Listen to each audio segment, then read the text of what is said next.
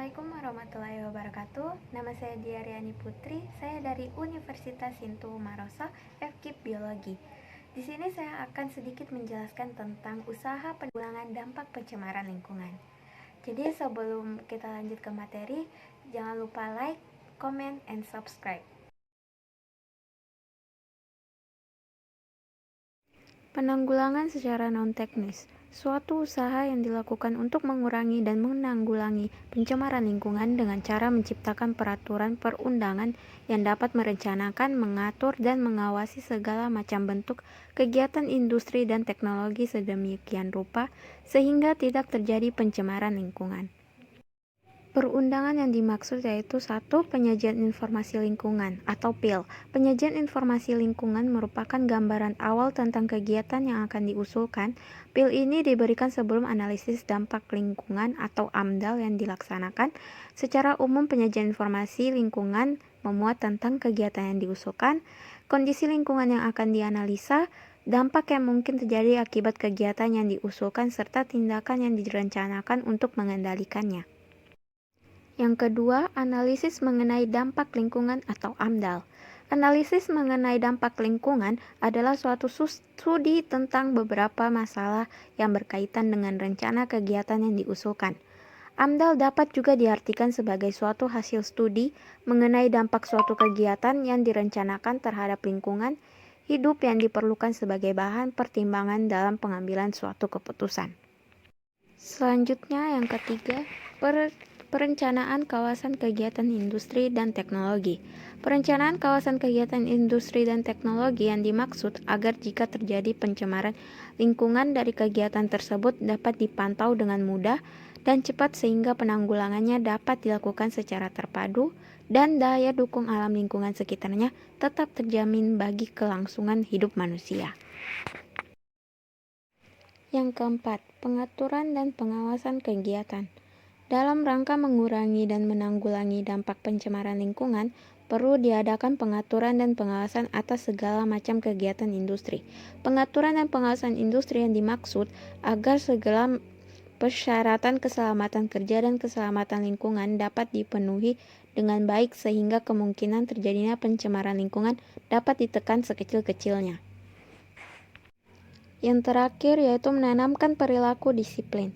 Seringkali terjadi pencemaran lingkungan karena kedisiplinan petugas belum tertanam dengan baik, sehingga pembuangan limbah dari pabrik atau tempat kerja tanpa terlebih dahulu melalui proses pengolahan limbah dan sering dijumpai sebagai kasus utama penyebab terjadinya pencemaran lingkungan yang menimbulkan masalah keselamatan dan kesehatan lingkungan bagi kelangsungan hidup manusia.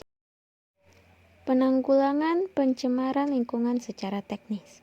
Berbagai macam cara yang dilakukan dalam penanggulangan secara teknis, adapun kriteria yang digunakan dalam memilih dan menentukan cara yang akan digunakan dalam penanggulangan secara teknis tergantung pada faktor berikut.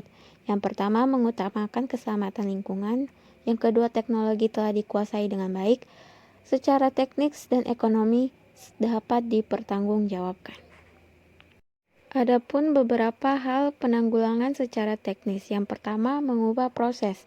Apabila dalam suatu proses industri dan teknologi terdapat bahan buangan atau limbah yang berupa zat-zat kimia, maka akan terjadi pencemaran lingkungan.